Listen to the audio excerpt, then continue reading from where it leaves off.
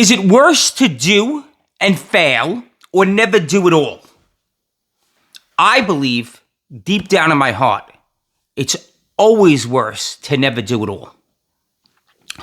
I never want to be that guy that's 80, 90, 100 years old laying on my deathbed saying, what if?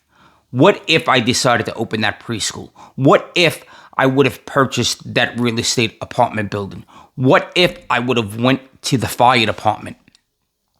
I never, ever, ever want to live that way. It actually scares me more when I think about being 90, 100 plus years old and wondering how my life would have been different, how my family's life would have been different if I would have just taken that chance.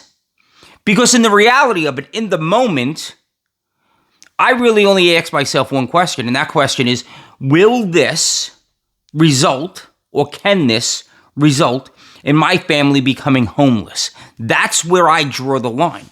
That's me personally. You have to decide that for yourself.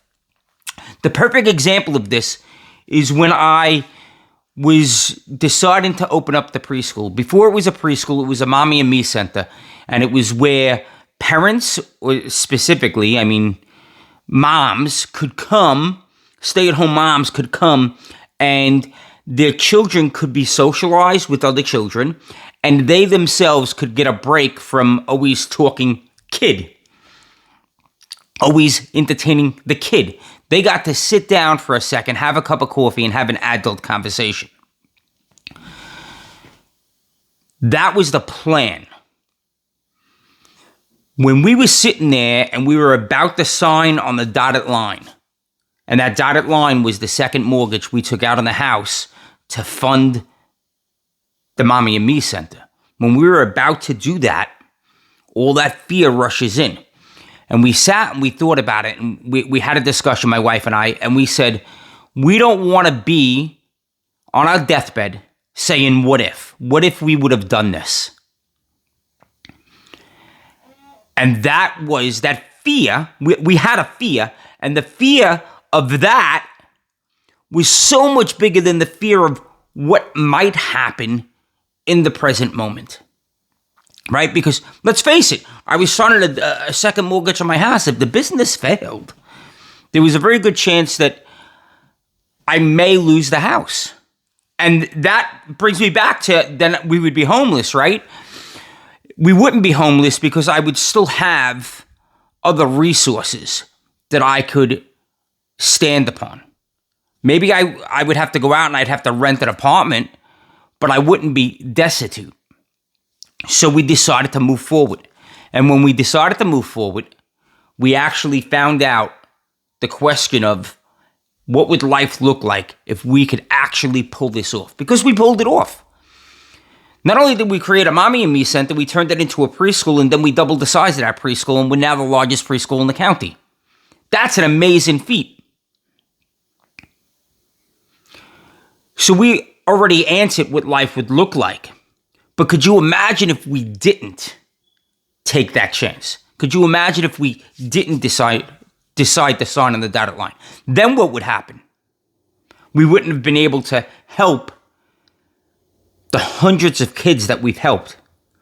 We have kids, we've been established so long now that our first group of kids graduated 2 years ago from high school. So we had kids in our preschool that came to our center. And now we're seeing them we're going to Friday night football games and watching them play ball. We're going to graduation and we're watching them walk across the stage. Some of them have come back and are now working for us. Their summer jobs when they're home from college. That's an amazing thing. None of that would have happened. We wouldn't have all the relationships that we have or know all the great people that we know if we didn't take that leap. They say that fear, they say the only thing that's guaranteed in life is is death and taxes. The only thing guaranteed in life is death and taxes. It's hard when you change gears, right? The only thing that's guaranteed in life is death and taxes. I don't actually believe that. I believe the only thing that is guaranteed in life, I think a more accurate saying, is the only thing that's guaranteed in life is death and change. There's change all around us. So let's embrace that change. Let's take that change and let's think about it differently, right? We lose our job. That's a sudden change. That sudden change shocks us. It sends us into a frenzy of fear. Why is that? Because of all of the unknown that comes with that. But let's change the mindset on that. Let's change the mindset and let's look at that job firing. I lost my job as a blessing because now I get to rewrite the next chapter of my life. When one chapter finishes, a new chapter begins. One door closes, a new door opens. I'm not saying it's going to be easy. I'm not saying that there aren't going to be true fears there. You may have to step down. You may have to go back and live in your parents' house. You may have to downsize your life. But people have done it. It's possible. And the beauty of it is that a lot of those people have said it was a blessing in disguise. Now, you can't connect those dots in the moment. You have to look back and connect those dots. But knowing that people have lost their jobs and knowing that people have said it's a blessing in disguise, why can this not be your blessing? Why can't you make it your blessing? You're in control of that. You're not in control of being fired, but you are in control of how you turn it into a blessing, how you go out there and attack life. Let's switch gears again, and let's do a little bit of thought process on changes that we want to happen. Those slow changes.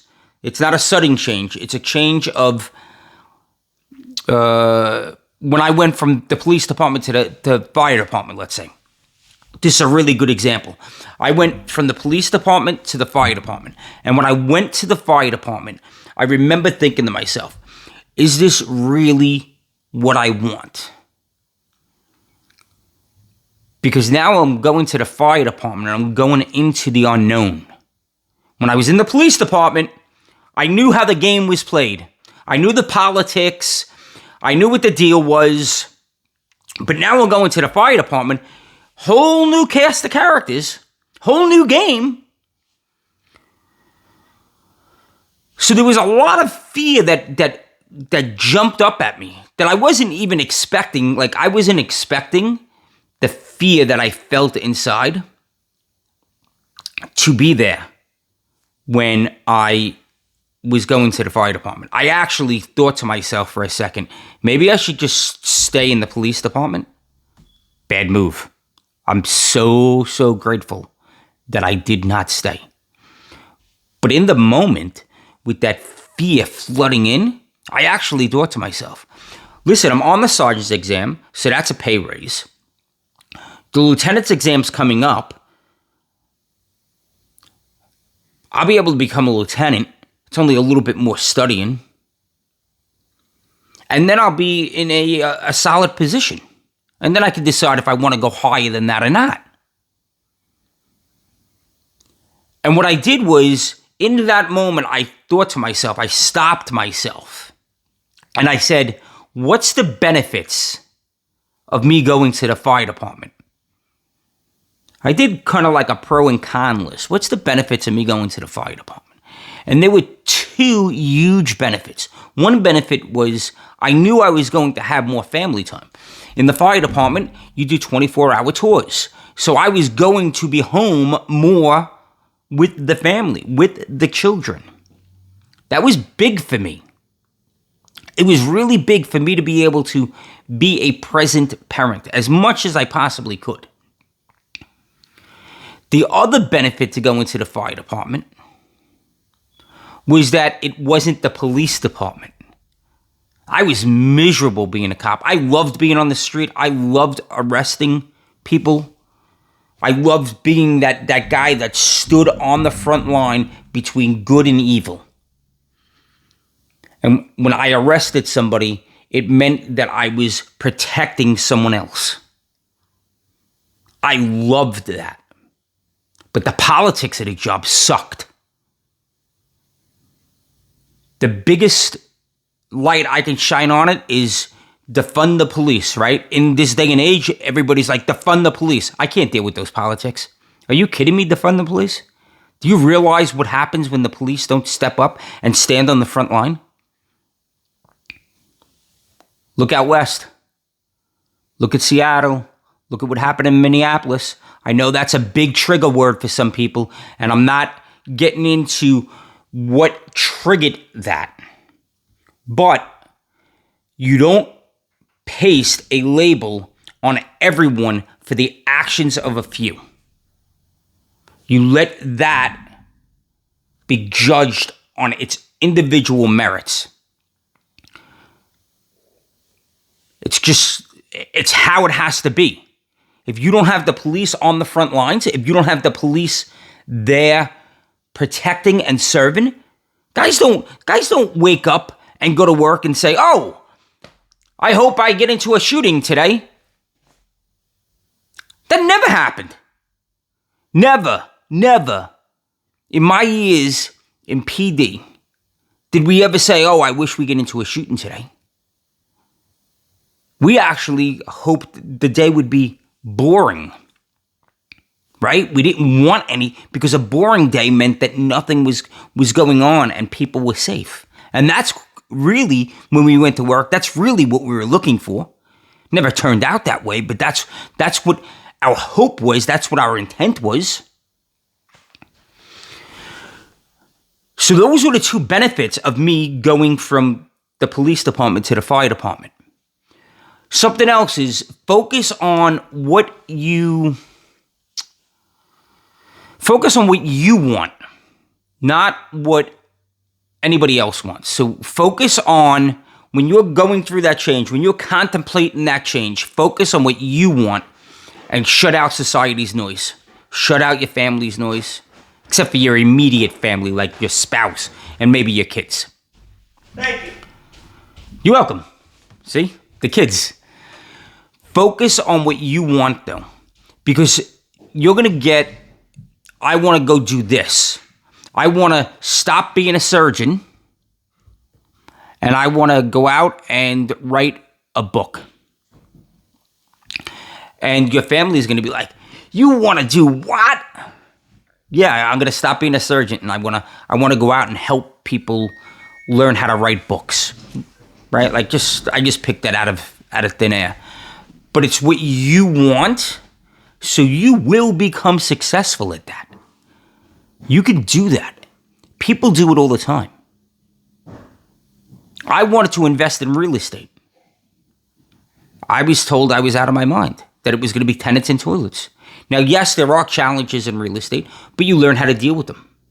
When I told my mother, my mother specifically, when I told her I was becoming a police officer, she almost cried. She was really scared. But she's an amazing woman, and she supported me. Thank God I didn't have that pressure, that family pressure of, oh, you can't do that. Oh, you can't do that to me. You don't love me. You become a cop. I'm going to worry about you every single day. Well, thank God my mother supported me in what I wanted to do. But there's families out there that are like, you have to be an engineer, you have to be an attorney, you have to be a doctor, you have to be a cop, you have to be a fireman, you have to be a teacher. Just fill in the blank. And they put this inordinate pressure on you, and then 10, 15 years down the road, you want to know why you're not happy. You're not happy because you let outside forces control your destiny instead of you writing your own path. Society's pressures. The last thing is, Seek out, when you're looking to go through that change, when I was going from the police department to the fire department, I seeked out individuals that specifically went from the police department to the fire department. And I wanted to get their take on it. Was my fears rational or were they irrational? Was I just like out of my mind? Like, don't worry about it. Everything's going to be okay. And what they did was they told me what the process is going to look like. The fear was coming from the unknown. I seeked out the individuals that had already walked the path so that they could describe to me what the path was going to look like. And they could point out where the pitfalls could possibly pop up. And when I did that, a sense of calmness came over me. And the calmness came over me. It kind of like was like a fire hose putting out a fire. It came over me because there was no unknown now. There was still an unknown of how it was going to actually play out for me, but the big picture was an unknown. I painted a picture of what it would look like. The last thing I'm going to leave you with is, if you are looking to make a change, it's very possible for you to achieve that change.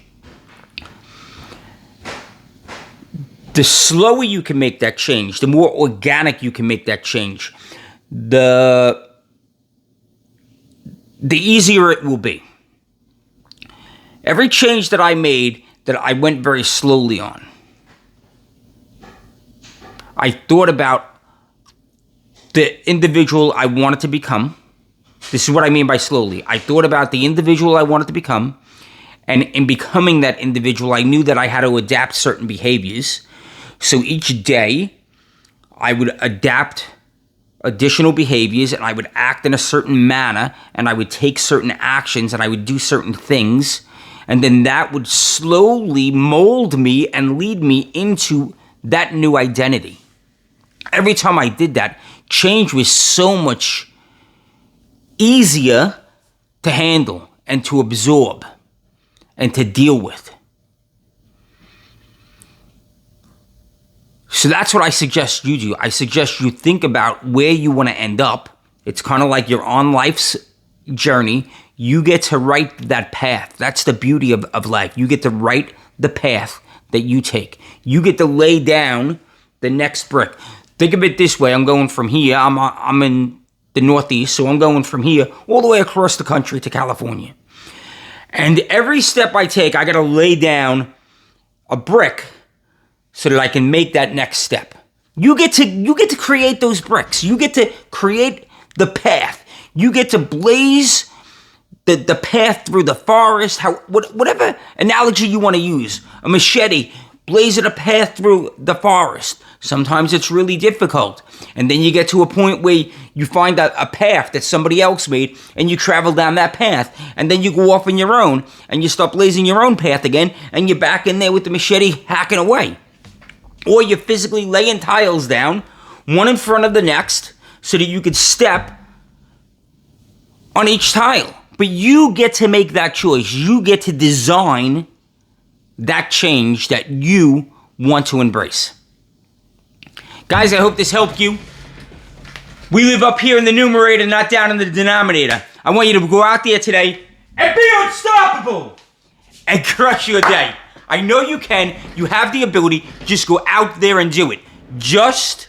Where is it? Right there. Just do it. Crush it. I love spending time with you. Have a blessed day.